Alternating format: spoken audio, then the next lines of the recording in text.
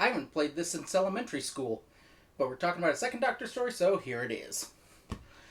The Moonbase, written by co-creator of the Cybermen Kit Pedler, directed by Morris Berry. This story features the second appearance of the Cybermen and the second Doctor's first time facing them.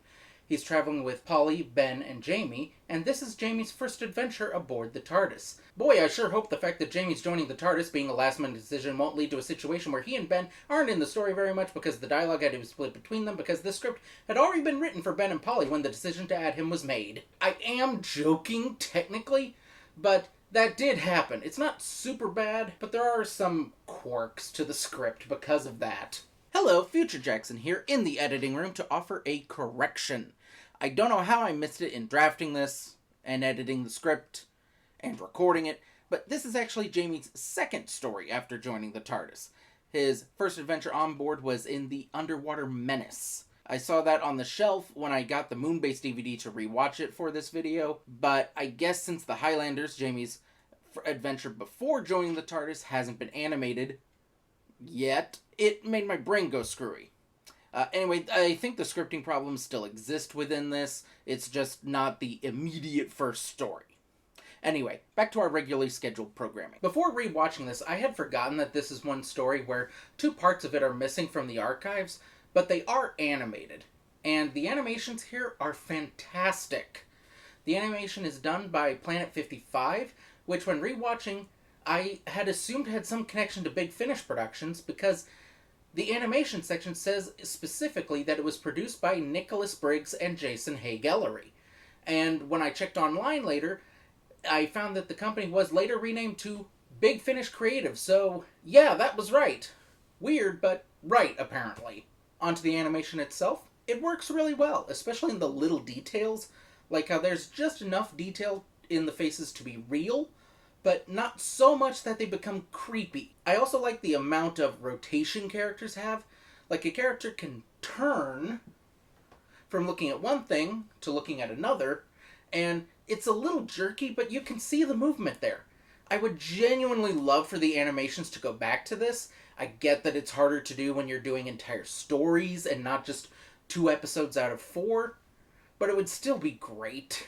The animations also fill time well in the audio track, smartly having things like the Doctor adjusting something like his suit coat, or in part 3 really taking their time removing the headsets from the not-quite Cybermen. And it's harder to notice that they are filling time when visually interesting things are happening. Anyway, onto the story itself.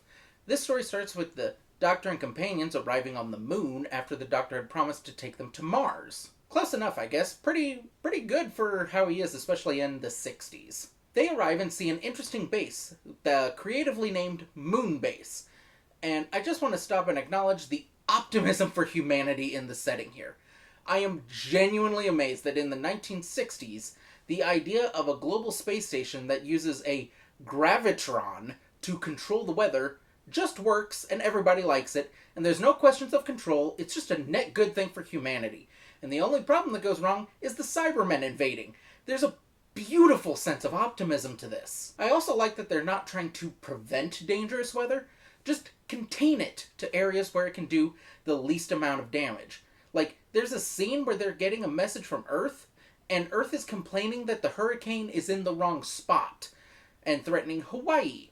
Not that the hurricane exists, which is a more realistic way of looking at weather phenomena of when you write in that you're controlling the weather, rather than saying no bad weather ever, just put it somewhere that it won't affect people. I like this. I also want to talk about the base commander, Hobson. He doesn't immediately assume the Doctor is dangerous. I've seen several Base Under Siege stories and heard several Base Under Siege stories with Big Finish where the commander immediately assumes the worst, and while that can feel real, it also feels really tedious.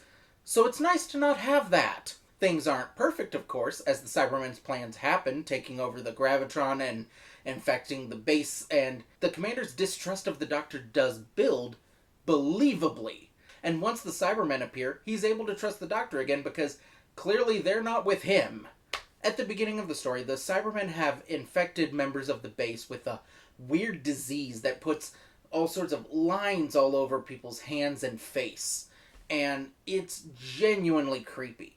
The live action does the animation pretty well. Like, I was pleasantly surprised to see it look as well as it does. I was pleasantly surprised to see that it looked about as good as the animations did, considering that was live action and the animation was animation.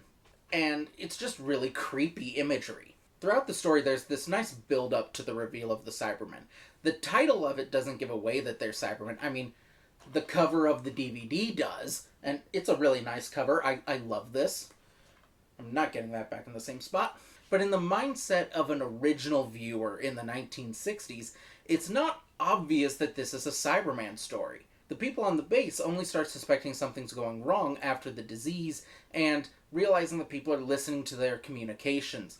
And it's the fact that people are trying to covertly listen is the thing that's suspicious.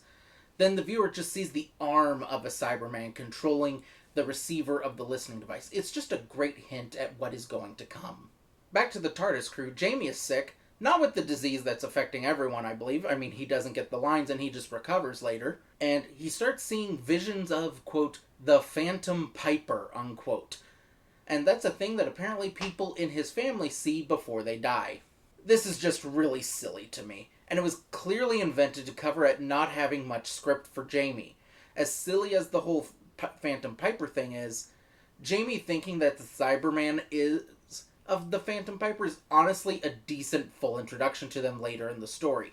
Having Jamie be scared, but not scared enough, it adds a decent amount of fear for the viewer for his safety. And Polly's scream of fear as she sees the Cyberman leave adds to the menace that the Cybermen pose. The way the Doctor figures out what's causing the disease is great. The Doctor has spent the whole first 2 episodes investigating the base and trying to figure out what's going on, just helping out, and he finally admits he has found nothing, which, it's not great. But then when him, the base commander, and other people sit down and have some coffee, one of the people drinking coffee gets sick, and the Doctor realizes that guy took sugar with his coffee.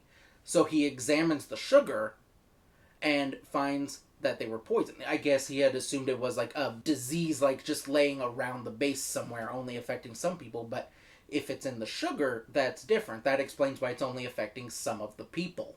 And when he examines the sugar, it of course was the thing causing it. Of every part in the episode, part 3 is my favorite of the 4. This is where the companions have the most to do, and the Cybermen finally speak. Let's start with the companions. In the first 2 parts, Polly was seen the most, but she was just assisting the Doctor a lot, and she didn't have much in the way of personality throughout it, which is sad because she's one of my favorites of these 3 companions. But in part 3, she's able to come up with the idea of using solvents to dissolve the Cybermen's plastic circuitry. After she comes up with this, I love the way she and Ben work together to come up with a plan to stop the Cybermen. Polly realizing that solvents will do it, but then realizing, how do we know this solvent will work? And then them together realizing, just mix all the solvents together. Now, I am absolutely certain some chemist somewhere will go, that's not how solvents work. It's good enough for this. It makes enough sense to work for me, and that's all you need. Then, Ben comes up with using spray bottles. Really good teamwork and just good way to get a bunch of characters working together. And another decent character bit, but not looking good on Ben, is him trying to protect Polly by keeping her from helping attack the Cybermen. It's not great look for him, but at least Polly decides to not listen to him and goes to help anyway. Onto the Cybermen, who finally talk in this episode. They are great and creepy. I love the sliding piece for their mouth, where they could have chosen to have it be working with every syllable, but instead they'd have it open for when the Cyberman starts talking and close when they're done talking. It's a really good choice. Also, the voices are great. I think the voices from the 10th Planet are looked at more fondly just because they are so distinct, unique, and go all over the place. I think the Cybermen voices in this one are still really creepy and under-remembered. I got one line into this and was genuinely intimidated by it. It has the inhumanity of the 10th Planet voice, but with just enough modulation that it feels computerized in a way that works. It's a great synthesis between computer and human. I also think their front panels look really good. I'm not a big fan of what looks like wiffle balls on their arms. The tubes are fine, but the balls look weird, and not in a good way. After the Cybermen take the diseased humans and they start to convert them, the Cybermen describe the conversion of the diseased humans as not dying in a way that's very in character for the Cybermen. These not quite Cybermen, I don't think they're ever named. They're not talked about nearly as much as they should be. They feel like the Cybermen's answer to the Daleks, Robo-Men. And just the image of them with all the lines all over them and this weird headset that just slaps on your forehead. It's really good imagery. I like it. Later, there's this weird bit where you just get a single shot of the Doctor, but you hear his thoughts. Like, I don't think in any other bit of Doctor Who, and I've seen it all, did they ever literally hear the Doctor's thoughts like this. I could be wrong, but I really doubt this happened. Again, it's information he shouldn't say out loud because the Cybermen are there, but it does need to be delivered, so this is a good solution to that.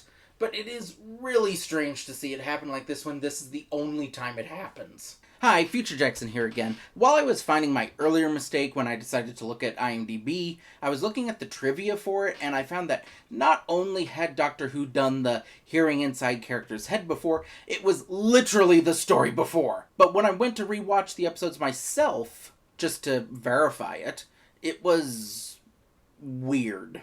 The original DVD has episodes 1 and 4 as telesnaps, because they decided to not animate them for this release for some reason.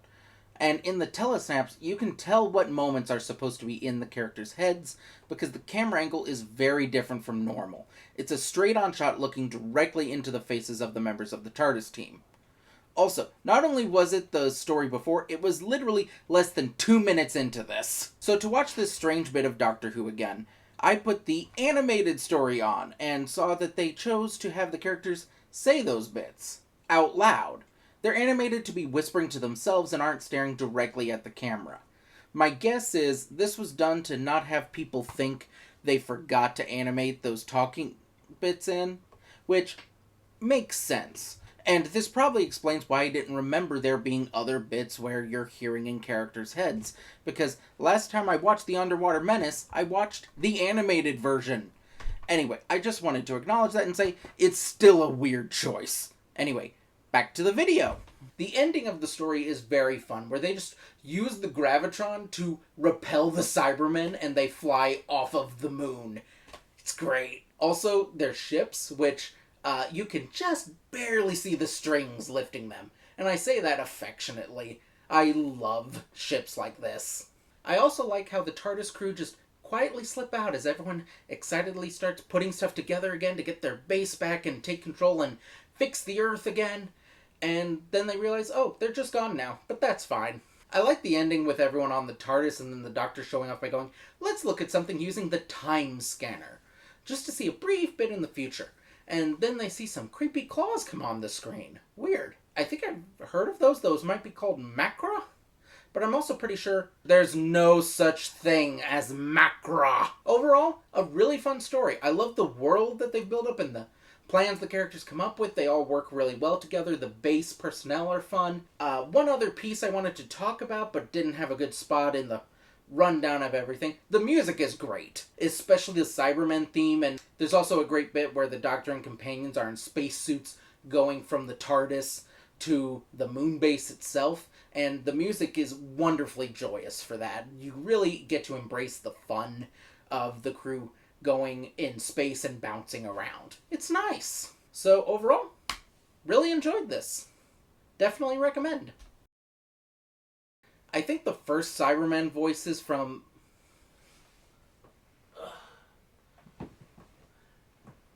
The good thing about forgetting stories and doing in front of my DVD collection is I can just look.